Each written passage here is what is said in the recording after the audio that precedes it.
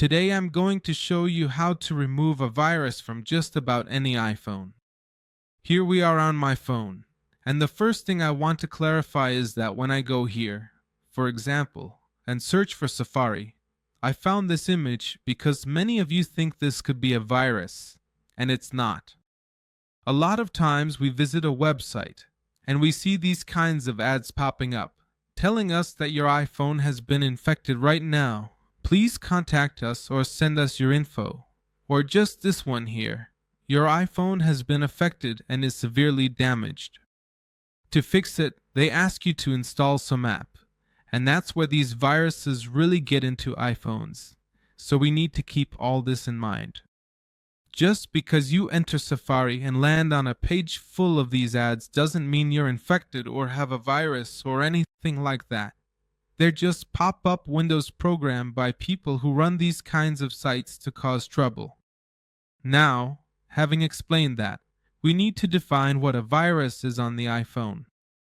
A lot of times on Android or Windows, which are other operating systems, we detect viruses as things that might restart the phone or slow it down.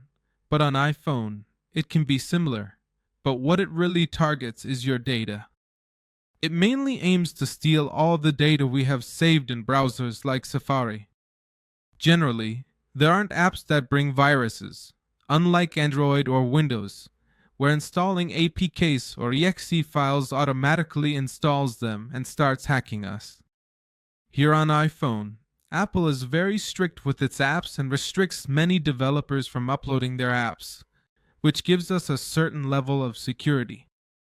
But the issue is when we click on an ad that tells us our iPhone is severely affected by 17 viruses and is completely damaged, that we have Trojans and all that. They give us a step-by-step guide, saying in English, this is how you can fix this in just a few seconds, step by step. It tells us to click on where it says remove virus and install an app called Log from the App Store. Then activate this app and give it all the necessary permissions to remove the virus. Do not do this for anything in the world. Don't believe in those apps or anything like that. If you've installed those apps, we have a virus. Delete the app. Go to the App Store for antivirus like Purse, Kaspersky, and Avast. These are remedies, not solutions. Antivirus should be installed before a virus. People go to the App Store for antivirus apps. It's crucial to install antivirus before a virus appears, as doing so afterward is ineffective. They warn about risky installations or permissions but do little once viruses are present. On iPhones, the focus is on data theft, unlike Android, where the phone might malfunction. We recommend having this type of antivirus before you even have the virus because if you install it when you already have the virus or the application installed, it will be useless. These kinds of apps are meant to warn us when we're installing things we shouldn't or giving access we shouldn't to certain apps. But once we have viruses or apps already installed, these applications don't do much. So you could easily install one of these and it might say, we're scanning for viruses, please wait. And then it could tell you that the viruses have been removed, but that might not actually be the case. Also, as I was saying on iPhone, it really focuses on data theft rather than things like on Android, where the phone might restart, get damaged, or not turn on again. Here, it mainly works to try to steal our email data. We're talking about bank accounts, PayPal, places where we handle money, downloading our photos, our documents, basically getting all our data. But you might be thinking, I came to this video because you said you'd show me how to remove viruses from any iPhone. Well, the truth is, there's no app that can do this for us. No code that will get rid of all the viruses or anything like that. The only 100% guaranteed solution we have is to go to settings. If we have iCloud, we should back up our data. So we go into our profile, and once we're in there, we go to iCloud, and then we click on iCloud Backup and turn that option on. Personally, I don't have it enabled because I don't have any paid iCloud storage, just the 5 gigs available. But you should turn that on and back up your data. Once we've done that, we go to General, and here we look for an option called Transfer or Reset iPhone. We click on that, and then we hit Reset.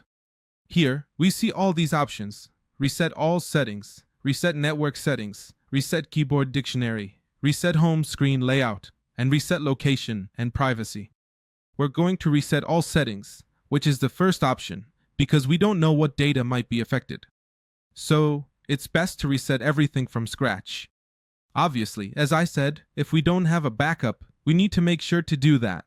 Or if we have photos, we should transfer them to Google Photos or some cloud service, because otherwise, everything will be reset completely, including the apps.